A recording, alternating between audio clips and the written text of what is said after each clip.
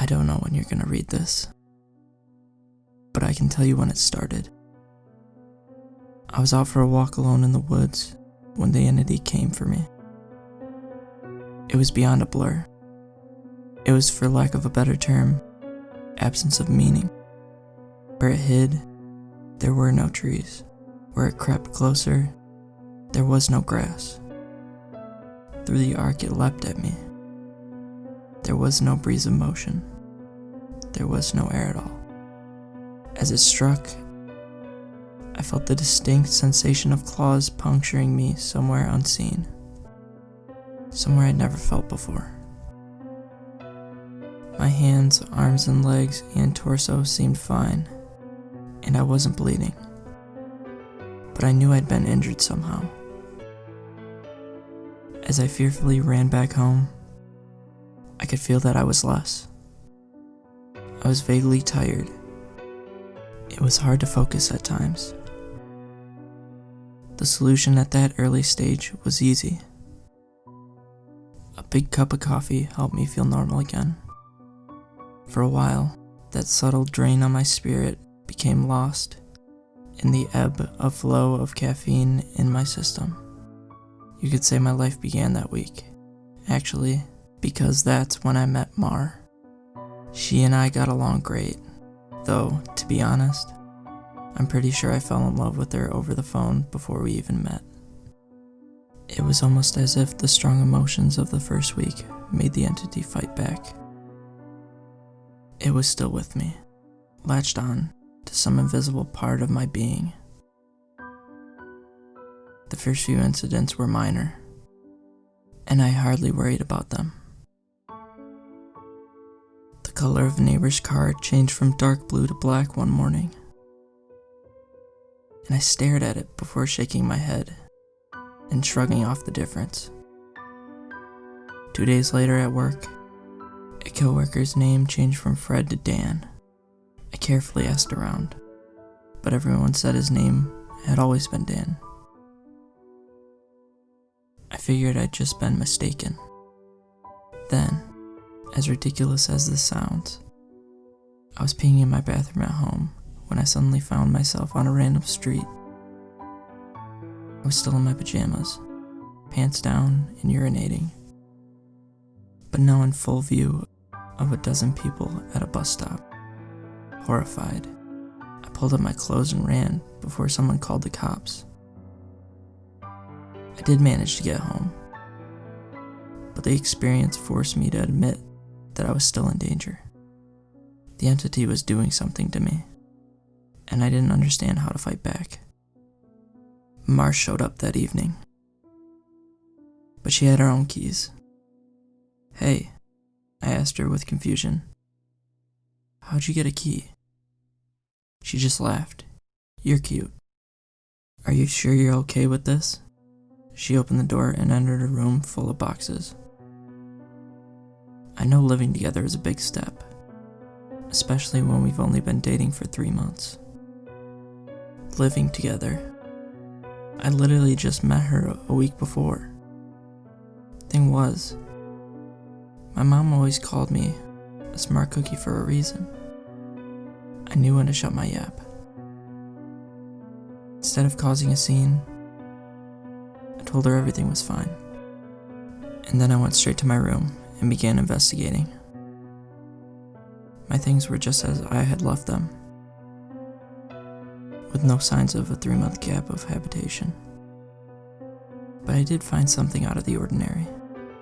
The date. I shivered angrily as I processed the truth. The entity had eaten 3 months of my life. What the hell was I facing? What kind of creature could consume pieces of someone's soul like that? I'd missed the most exciting part of a new relationship, and I would never understand any shared stories or jokes from that period. Something absurdly precious had been taken from me, and I was furious. That fury helped suppress the entity. I never imbibed alcohol. I drank coffee religiously. I checked the date every single time I woke up. For 3 years, I managed to live each day while observing nothing more than minor alterations. A social fact here and there, someone's job, how many kids they had, that sort of thing. The layout of nearby streets, the time my favorite television show aired, that kind of thing. Always, those changes reminded me the creature still had its claws sunk into my spirit. Not once in 3 years did I let myself zone out. One day, I grew careless. I let myself get really into the season finale of my favorite show. It was gripping. A fantastic story. Right at the height of the action, a young boy came up to my lounger and shook my arm.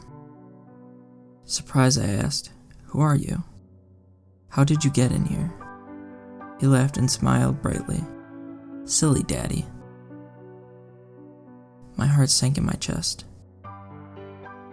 I knew immediately what had happened. After a few masked questions, I discovered that he was 2 years old, and that he was my son. The agony and heartache filling my chest was nearly unbearable.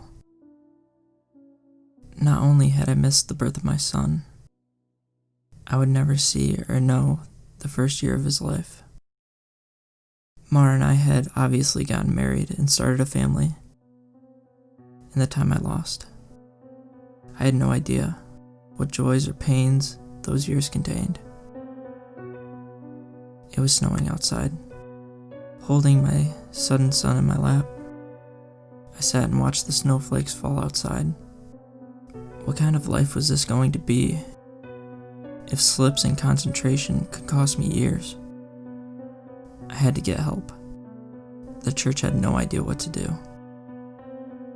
The priest didn't believe me and told me I had a health issue rather than some sort of possession. The doctors didn't have any clue. Nothing showed up on all their scans and tests. They happily took my money in return for nothing.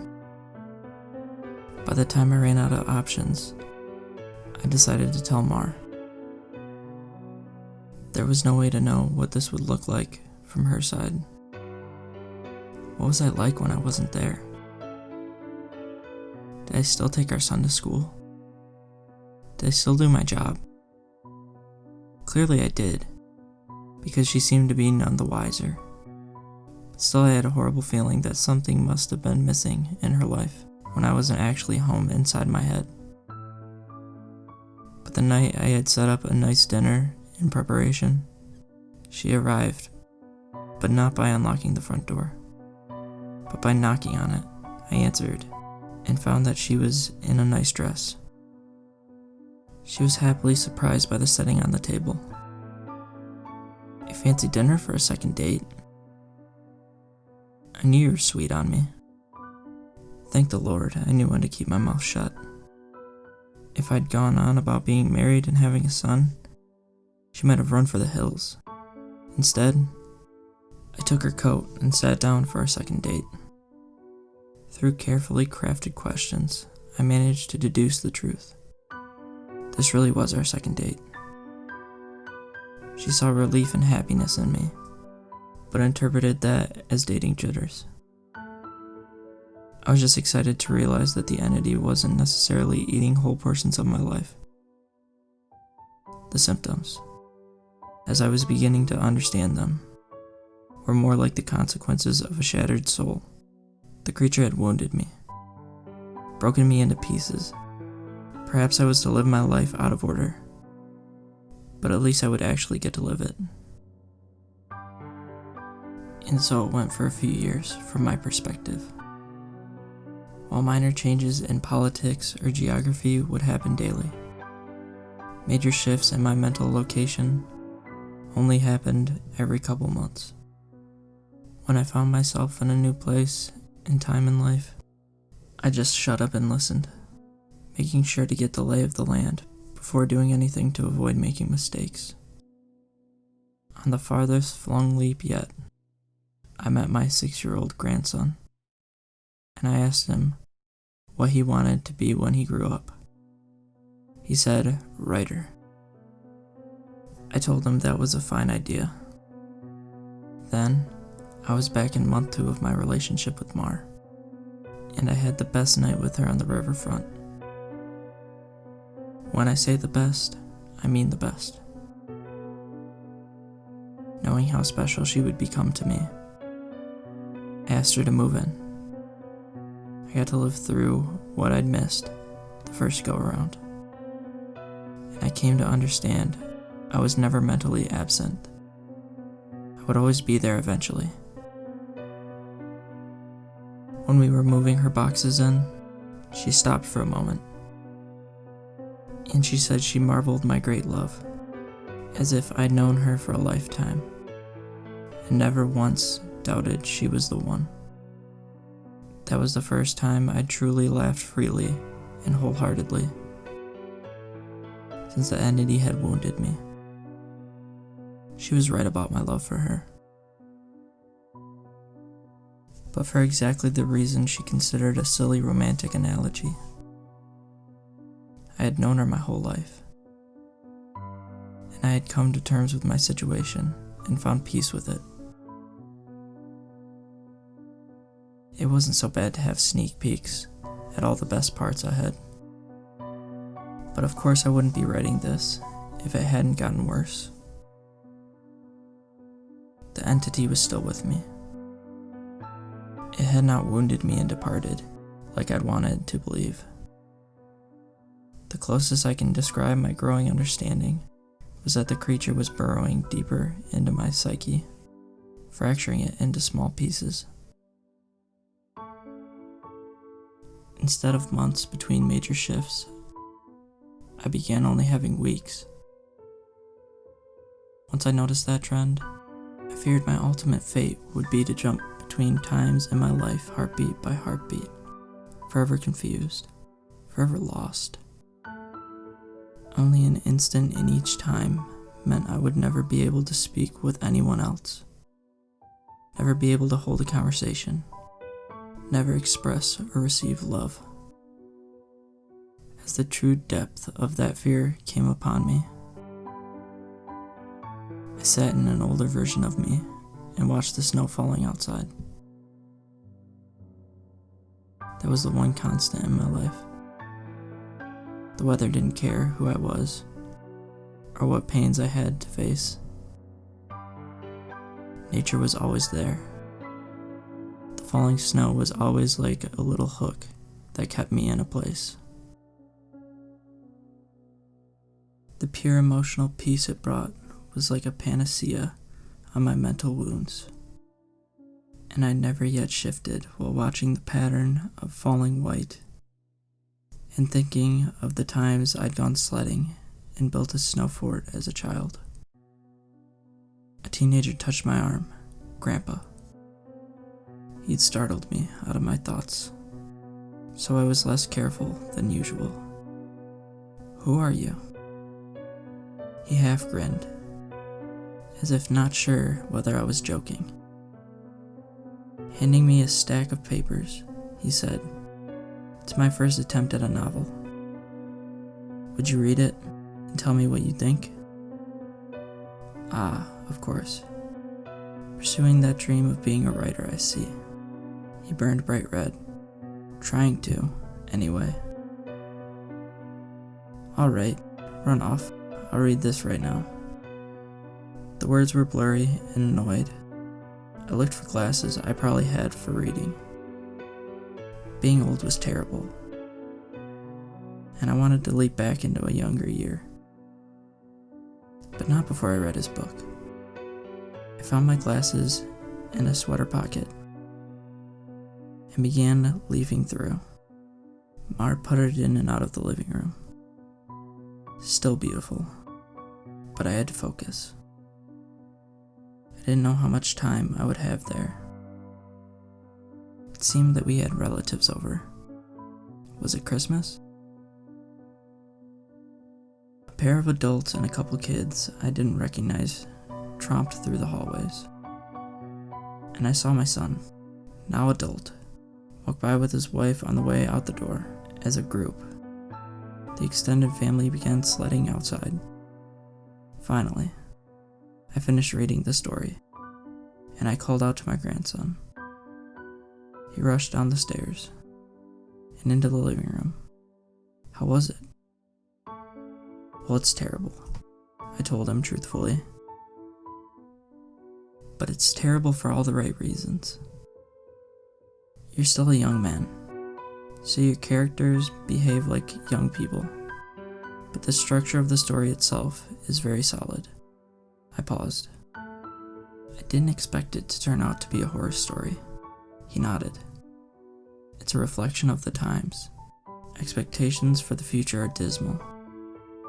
Not hopeful, like they used to be. You're far too young to be aware like that, I told him. An idea occurred to me. If you're into horror, do you know anything about strange creatures? Sure. I read everything I can. I love it. Warily, I scanned the entrances to the living room. Everyone was busy outside. For the first time, I opened up to somebody in my life about what I was experiencing. In hushed tones, I told him about my fragmented consciousness. For a teenager, he took it well. You're serious? Yes. He donned the determined look of a grown man accepting a quest. I'll look into it, see what I can find. You should start writing down everything you experience. Build some data. Maybe we can map your psychic wound. Wow. Sounds like a plan. I was surprised. That made sense. And I hadn't expected him to have a serious response. But how will I get all the notes in one place? Let's come up with somewhere for you to leave them, he said, frowning with thought. Then I'll get them, and we can trace the path you're taking through your own life.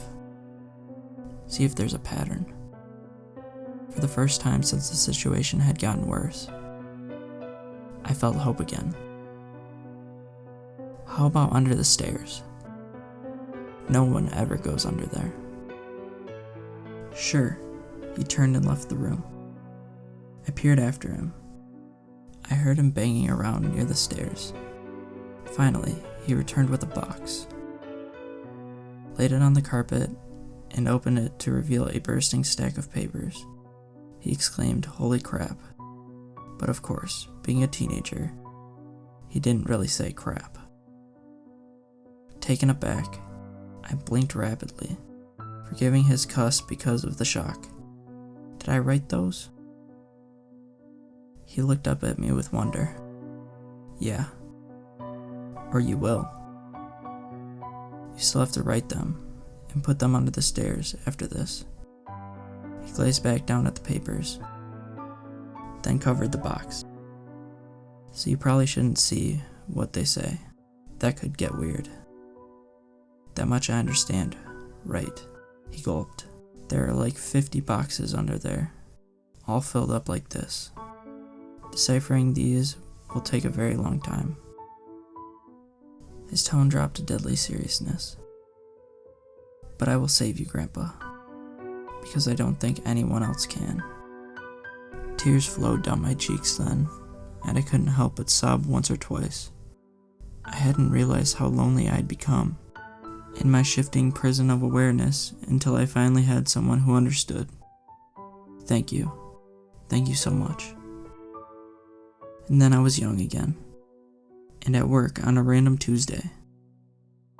Once the sadness and relief faded, anger and determination replaced them. After I finished my work, I grabbed some paper and began writing. While the weeks shifted around me, while those weeks became days and then hours, I wrote every single spare moment about when and where I thought I was. I put them under the stairs out of order. My first box was actually the 13th, and my last box was actually the first. Once I had over 50 boxes written from my perspective, and once my shifting became a matter of minutes, I knew it was up to my grandson to take it from there. I put my head down and stopped looking. I couldn't stand the river of changing awareness any longer. Names and places and dates and jobs and colors and people were all wrong and different. I'd never been older. I sat watching the snow fall. A man of at least 30 that I vaguely recognized entered the room. Come on. I think I finally figured it out. I was so frail that moving was painful. Are you him? Are you my grandson? Yes. He took me to a room filled with strange equipment and sat me in a rubber chair facing a large mirror, twice the height of a man. The pattern finally revealed itself. How long had you worked on this? I asked him. I gasped. Tell me you didn't miss your life. Like I'm missing mine. His expression was both stone cold and furiously resolute. It'll be worth it. He brought 2 thin metal rods close to my arm and then nodded at the mirror. Look, this shock is carefully calibrated. The electric shock from his device was startling, but not painful. In the mirror, I saw a rapid arcing light silhouette appear above my head and shoulders. The electricity moved through the creature like a wave, briefly revealing the terrible nature of what was happening to me. A bulging, leech-like mouth was wrapped around the back of my head, coming down my eyebrows and touching each ear. And its slug-like body ran over my shoulder and into my very soul. It was a parasite, and it was feeding on my mind. My now adult grandson held my hand as I took in the horror. After a moment, he asked, "Removing this is going to hurt very badly. Are you up for this?" Fearful, I asked, "Is Mar here?" His face softened. No, not for a few years now. I could tell from his reaction what had happened, but I didn't want it to be true. How? We had this conversation a lot, he responded. Are you sure you want to know? It never makes you feel better. Tears brimmed in my eyes. Then I don't care if it hurts, or if I die. I don't want to stay in a time where she's not alive. He made a sympathetic noise of understanding, and then returned to his machine, to hook several wires, diodes, and other bits of technology to my limbs and my forehead. While he did so, he talked. I've worked for 2 decades to figure this out, and I've had tons of help from other researchers of the occult. This parasite doesn't technically exist in our plane. It's one of the lesser spawns of our reality, and it feeds on the plexus of mind, soul, and quantum consciousness reality. When details like names and colors of objects changed, you weren't going crazy. The web of your existence was merely losing strands as the creature ate its way through you. I didn't fully understand. I looked up in confusion as he placed a circuit of electronics like a crown on my head, in the exact line of where the parasite's mouth had ringed me. He paused his work and grew pale. I forget that you wouldn't know. You're lucky, believe me. After a deep breath, he began moving again, and he placed his finger near a few switches. Ready? This is carefully tuned to make your nervous system extremely unappetizing to the parasite, but basically it's electroshock therapy. I could see Mar's smile, even though she was dead. I'd just been with her moments ago. Do it. The click of a switch echoed in my ears, and I almost laughed at how mild the electricity was. It didn't feel like anything, at least at first. Then I saw the mirror shaking, and my body within the image convulsing. Oh no. It did hurt. Nothing had ever been more painful. It It was just so excruciating that my mind hadn't been able to immediately process it. As my vision shook and fire burned in every nerve in my body, I could see the reflected trembling light silhouette of the parasite on my head as it withered in agony equal to mine. It had claws, 6 clawed lizard-like limbs under its leech-like body. It cut into me in an attempt to stay latched on. The electricity made my memories flare. Mars' smile was foremost, lit brightly in front of a warm fire as the snow fell past the window behind her. The edges of that memory began lighting up, and I realized that my life was one continuous stretch of experience. It was only the awareness of it that had been fragmented by the feasting of the evil on my back. I never managed to be there for the birth of my son. I jumped around it a dozen times, but never actually lived it. For the first time, I got to hold Mars' hand and be there for her. No. That moment had shifted seamlessly into holding her hand as she lay in a hospital bed for a very different reason. Not this. God, why? It was so merciless to make me remember this. I broke down in tears as nurses entered the room. I didn't want to know. I didn't want to experience it. I'd seen all the good parts, but I hadn't wanted the worst part. The inevitable end that all would one day face. The fire in my body and in my brain surged to sheer white torture, and I screamed. My scream faded into a surprised shout as the machine and the electricity and chair faded away. Snow was no longer falling around my life. I was out in the woods on a bright summer day. Oh God. I turned to see the creature approaching me. It was the same absence of meaning. The same blank on reality. It crept forward, just like before, but this time it hissed and turned away. I stood astounded at being young again and freed from the parasite. My grandson had actually done it. He made me an unappetizing meal, so the predator of mind and soul had moved on in search of a different snack. I returned home in a daze. And while I was sitting there processing all that had happened, the phone rang. I looked at it in awe and sadness. I knew who it was. It was Marjorie, calling for the first time. For some trivial reason, she'd admit 30 years later was just made up to talk to me. But all I could see was her lying in the hospital bed dying. It was going to end in unspeakable pain and loneliness. I would become an old man, left to sit by myself in an empty house, his soulmate gone long before him. At the end of it all, the only thing I would have left, sitting and watching the falling snow. But now, thanks to my grandson, I would also have my memories. It would be a wild ride, no matter how it ended. On a sudden impulse, I picked up the phone. With a smile, I said, "Hey, who's this?" Even though I already knew.